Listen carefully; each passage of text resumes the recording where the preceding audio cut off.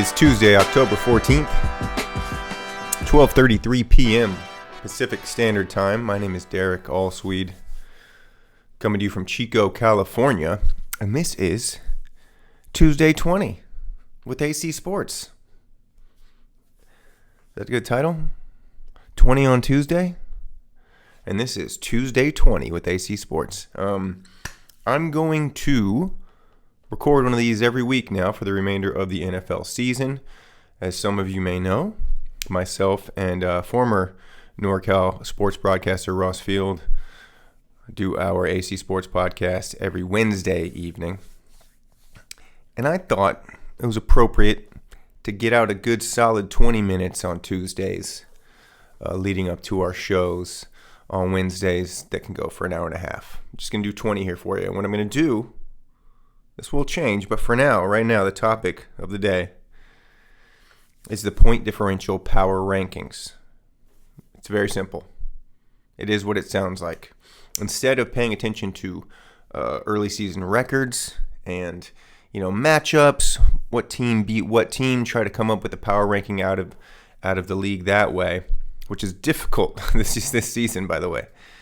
I simply look at point differential. How many points has your team scored? How many have they given up? I don't care who they've played.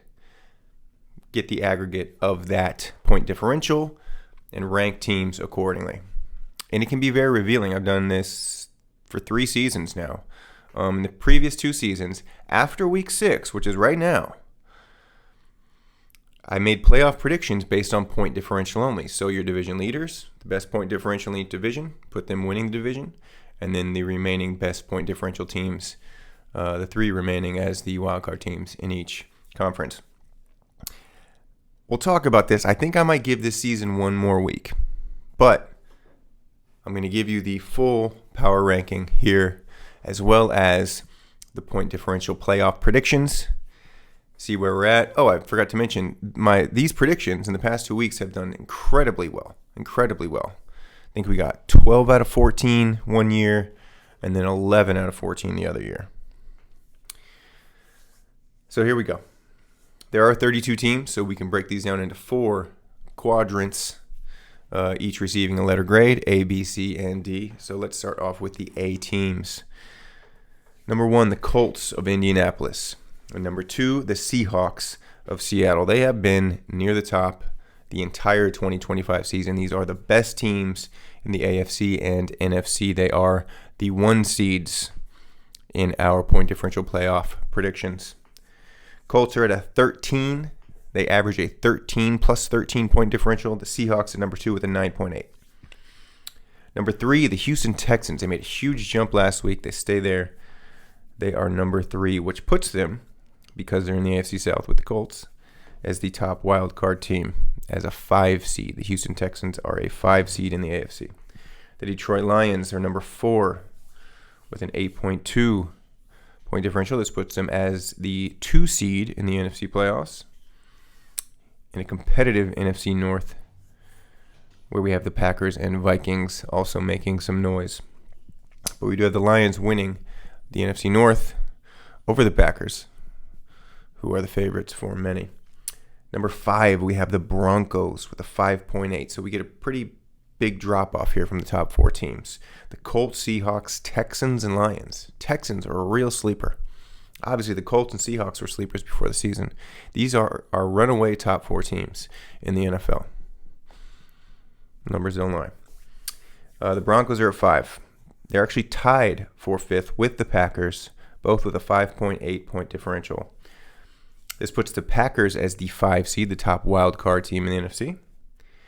And the Broncos winning the AFC West over the Chiefs at a 2 seed. Broncos at a 2 seed.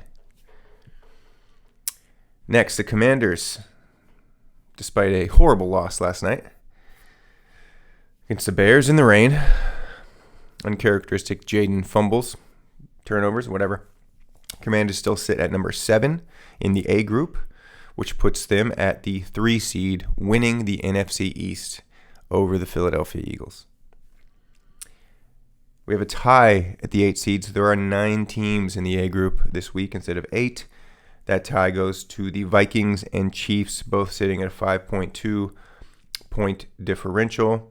The Vikings have played one less game, coming off of a bye, but this puts the Vikings at the 6th seed wild card, as well as the Chiefs at the 6th seed wild card. Now into the B group. Number 10, top of the B, we have a 3-way tie between the Bills, Patriots, and Rams. Now, we have a tie here between the Bills and Patriots at the top of the AFC East. In real life, the Patriots have this tiebreaker. They're in first place in real life. I don't know what to do with this. My gut's telling me the Bills are still going to win the East, as most would predict. I think we're going to give this one more week till we close it out, and part of it is because of this tiebreaker. So for now, we have the Bills winning the AFC East at a 3 seed. The Patriots are the last AFC playoff team at a 7 seed. They will make the playoffs. Finally, we have the Rams in the NFC, tied for 10th in the power rankings this week, as the 7 seed in the NFC. We have 6 playoff teams now that we've stated for the AFC and the NFC. There still are 4 seed division winners that we haven't mentioned yet. Let's get to them.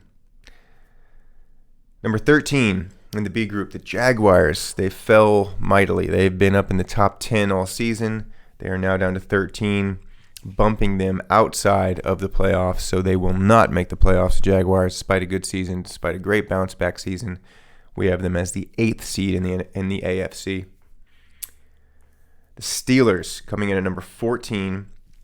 They are the AFC North champions, so they will have the 4 seed in the AFC playoffs, the Pittsburgh Steelers. That rounds out our AFC playoffs. So we have 1, the Colts, 2, the Broncos, 3, the Bills, which is still in flux. We'll iron that out next week. 4, the Steelers. Those are your division winners in the AFC.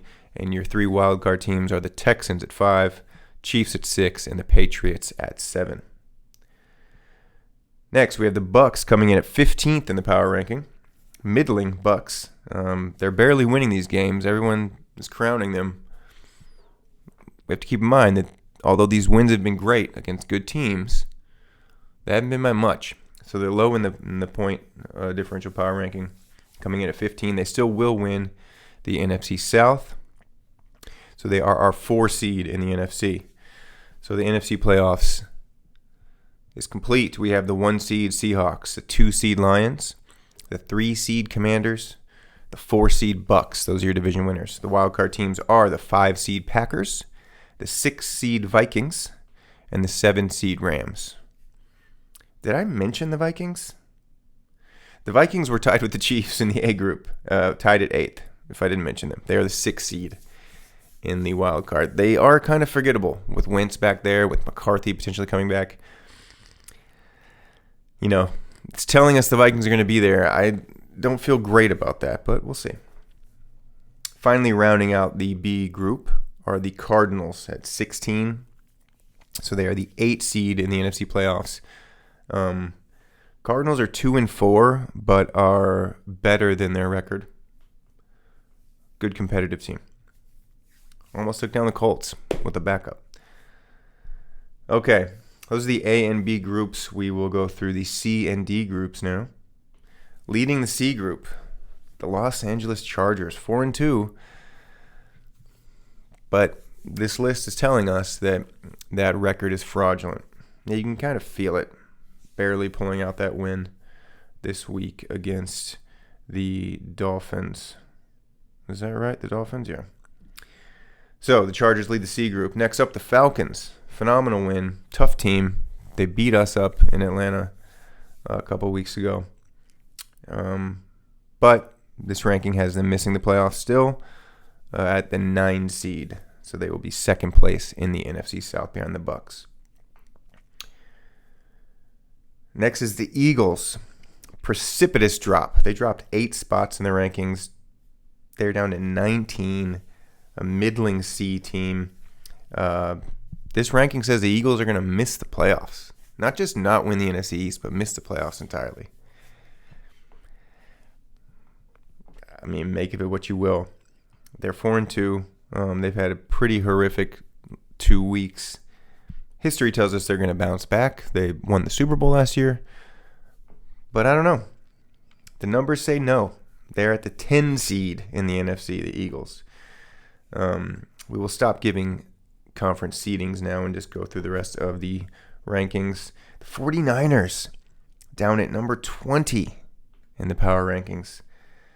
Also a huge fall. The Eagles and Niners are the teams that dropped the furthest this week, along with the Bills and Jaguars and Ravens in the AFC. Niners at 20 with a negative 0.5 point differential. The Eagles are a negative 0.17 point differential. At 21 are the Cowboys. They're 2-3-1, frisky team. The Commanders play them next week. Still scary, but they are a middle-of-the-pack C team still. Number 22, we have the Panthers. 3-3. Very surprising. Nice little win this week against those Cowboys. Those teams are right next to each other in the rankings at 21 and 22. At 23, the Bears, despite a huge win, still at the bottom of that C group. They won by 1. Granted, good job. Good job by them in the rain on the road against a team that made the conference championship last year. So, great win. I'll give it to them. They are 3-2. They won 3 in a row. But this is not indicative of where they'll end up at the end of the season. Closing out the C group are the New York Giants, also a phenomenal win. So we have the Panthers, Bears, Giants at 22 through 24, all with big wins against good teams this week. We don't think it says much for their futures, though. Okay, into the D group. The Dolphins lead the way. 1-5 Dolphins, top of the bottom, with a minus 6.7 point differential. They're at 25. At 26 are the Las Vegas Raiders. 27 are the New York Jets. People think the Jets are the worst team in the league because they're 0-6. No, they're still better than a handful of teams in the NFL, in my opinion, according to these numbers. They're at 27. The Saints had a nice win against the Giants a couple weeks ago. They are at 28. The Ravens are all the way down at 29. One of the shockers of the season. It's a little misleading. Of course, without Lamar, they will bounce back. But for now, they're in the middle of the bottom group with a minus 8.3 point differential sitting at 1-5. They dropped another 4 spots in the rankings this week. At number 30 is the Browns, the minus 10.7. At number 31, the Titans with a minus 13 point differential on average. And last, with 2 wins, are the Cincinnati Bengals with a minus 13.3 point differential. They gave the Packers a little bit of a game. They only lost by 9. Helped their average out a little bit. But there are your point differential playoff rankings, your complete power rankings. In terms of the best and worst weeks, I'll repeat that if I haven't already. The Packers and Steelers had the best week this week. They jumped 5 spots in the rankings. Raiders with the third best week, jumping 4 spots. And the Rams and Falcons tied for 4th best week in the NFL in Week 6, jumping 3 spots in the rankings. The worst weeks, the Eagles dropped 8 spots after that Thursday night loss to the Giants. The Niners dropped 6 spots after a very depressing loss to the Bucs. Keep losing star players. The Bills dropped 5 spots, as well as the Jaguars. They had the 3rd worst weeks. Bills, of course, losing to the Falcons last night. And the Jaguars losing to the Seahawks, a good Seahawks team. And then the Ravens had the 5th worst week, dropping 4 spots. There are your point differential power rankings for Week 6. I'm not going to lock in those playoff picks yet. It feels like we need another week. And I realize that there are buys before Week 6. So my theory is I need a good solid 6 games to make these predictions. There are some teams that haven't played 6 games yet. So we're going to wait through week 7, and then we'll lock in our playoff predictions where you can go gamble on them. You can parlay them. Do your thing. You'll make a lot of money. Okay. Subscribe to us on YouTube at AC Sports Podcast. Follow us on Instagram at AC Sports Pod. And tune in tomorrow night. Ross and I get down and dirty with the week 6 of the NFL. Thanks for watching.